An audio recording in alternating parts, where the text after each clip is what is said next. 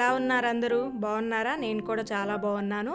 ఇంక summer start అయిపోయింది కదండి. ఎండలు కూడా చాలా ఎక్కువగా ఉన్నాయి. ఈ ఎండల్లో చల్లగా ఏమన్నా తాగాలనిపిస్తుంది కదా.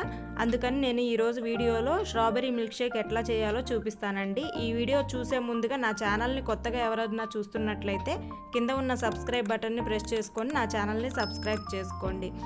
ఈ స్ట్రాబెర్రీస్ మిల్క్ షేక్ చేయడానికి ముందుగా స్ట్రాబెర్రీస్ అన్నిటిని నీట్గా కడుక్కొని వాటర్తో ఇట్లా హాఫ్ పీసెస్ చేసి పెట్టుకోవాలి.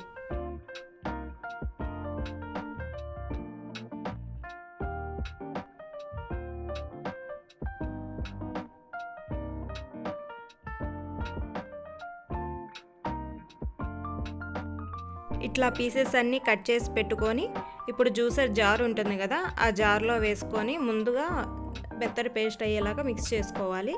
ఈ జార్ మధ్యలో నాకు ఇట్లా వచ్చిందండి. ఇది ఎందుకంటే మనము బత్తాయి అలాంటివి ఏదైనా పిప్పి టైపు వస్తాయి కదా జ్యూసెస్లో, క్యారెట్ అట్లా వేసుకున్నప్పుడు ఏమవుతుందంటే మధ్యలో వేసుకొని జ్యూస్ చేసుకున్నప్పుడు పిప్పి మొత్తం లోపల ఉండిపోయి జ్యూస్ మాత్రం ఆమె చిన్న మెష్ టైప్ కనపడుతుంది, ఆ మెష్లో నుంచి బయటకు వస్తుందండి.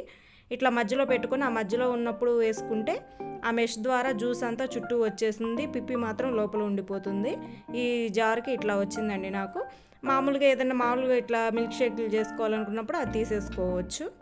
ఇప్పుడు ఈ స్ట్రాబెర్రీస్ పీసెస్ అన్నీ అందులో వేసుకోవాలి.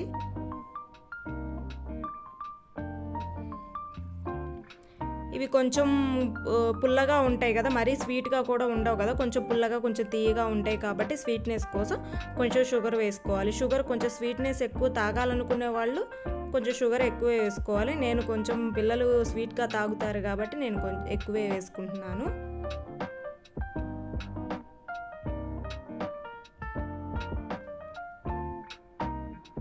ఇట్లా షుగర్ వేసిన తర్వాత ఒకసారి గ్రైండ్ చేసుకోవాలి దాన్ని మెత్తగా పేస్ట్ అయ్యేలాగా. లేదంటే తర్వాత మనం మిల్క్ పోసుకొని షేక్ చేసుకుంటే ఏమవుతుందంటే స్ట్రాబెర్రీస్ అన్నీ పీసెస్గా ఉంటాయి, పేస్ట్ లాగా అవ్వదు. అందుకని ముందుగానే ఒకసారి ఇట్లా పేస్ట్ చేసి పెట్టుకోవాలి. చూడండి మెత్తగా ఇట్లా పేస్ట్ అయిపోతుందిగా, అట్లా చేసేసుకోవాలి. ఇప్పుడు నేను స్ట్రాబెర్రీ మిల్క్ షేక్ కాబట్టి ఐస్ క్రీమ్ వేస్తున్నానండి. ఈ ఐస్ క్రీమ్ కోసం నేను స్ట్రాబెర్రీ ఐస్ క్రీమే తెప్పించాను. ఇట్లా స్ట్రాబెర్రీ ఐస్ క్రీమే ఇప్పుడు ఒక 2 స్పూన్స్ ఐస్ క్రీమ్ వేసుకుంటాను అందులో. ఇట్లా ఐస్ క్రీమ్ వేసుకొని షేక్ చేయటం వల్ల ఏమవుతుందంటే మిల్క్ షేక్ అనేది కొంచెం థిక్గా వస్తుంది, దానివల్ల టేస్ట్ కూడా సూపర్ ఉంటుంది. అందుకని ఐస్ క్రీమ్ వేసుకుంటే టేస్ట్ బాగుంటుంది. ఐస్ క్రీమ్ లేకపోయినా మామూలుగా మిల్క్ ఇట్లా డీప్లో పెట్టుకున్న మిల్క్ ఉంటాయి కదండి, ఆ మిల్క్ అయినా వేసుకొని చేసుకోవచ్చు. ఐస్ క్రీమ్ ఉంటే వేసుకోండి, లేదంటే స్కిప్ చేసేయండి. ఇప్పుడు నేను వీటిలో పచ్చిపాలే పోస్తున్నాను, కాగి మరగబెట్టినవి కాదండి. పచ్చిపాలే పోస్తే కొంచెం టేస్ట్ వస్తుంది, అందుకని పచ్చిపాలే పోస్తున్నా. నేను పాలని ఆల్రెడీ డీప్లో పెట్టి కూల్ చేసుకున్నాను అందును. ఇప్పుడు ఇట్లా మొత్తం అన్నీ వేసుకున్న తర్వాత ఇట్లా షేక్ చేసుకోవాలండి ఒకసారి మిక్సీ పెట్టుకొని. చూడండి ఇట్లా మొత్తం అంతా అయిపోయింది. ఇప్పుడు ఒక గ్లాస్ తీసుకొని అందులో ఇప్పుడు ఈ చేసిన మిల్క్ షేక్ని అందులో పోసుకుందాం. చూడండి ఎంత థిక్గా ఉందో. ఇట్లా ఐస్ క్రీమ్ వేసుకోవడం వల్ల ఏమవుతుందంటే మిల్క్ షేక్ అనేది కొంచెం థిక్గా ఉంటుంది. మిల్క్ షేక్ అంటేనే థిక్గా ఉంటేనే బాగుంటుంది కదండి, మరీ పల్చగా ఉన్న జ్యూస్ అంటారు కానీ మిల్క్ షేక్ అంటారు కదా, అందుకని ఐస్ క్రీమ్ వేసుకుంటే బాగుంటుంది.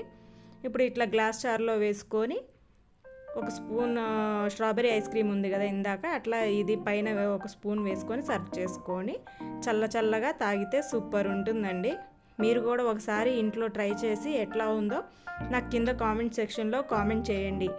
అలాగే ఈ వీడియో కనుక మీకు నచ్చినట్లయితే లైక్ చేయండి, షేర్ చేయండి, అలాగే ఎట్లా ఉందో కూడా నాకు కామెంట్ చేయండి. మరిన్ని మంచి వీడియోస్ కోసం నా ఛానల్ని సబ్స్క్రైబ్ చేసుకోండి. బాయ్.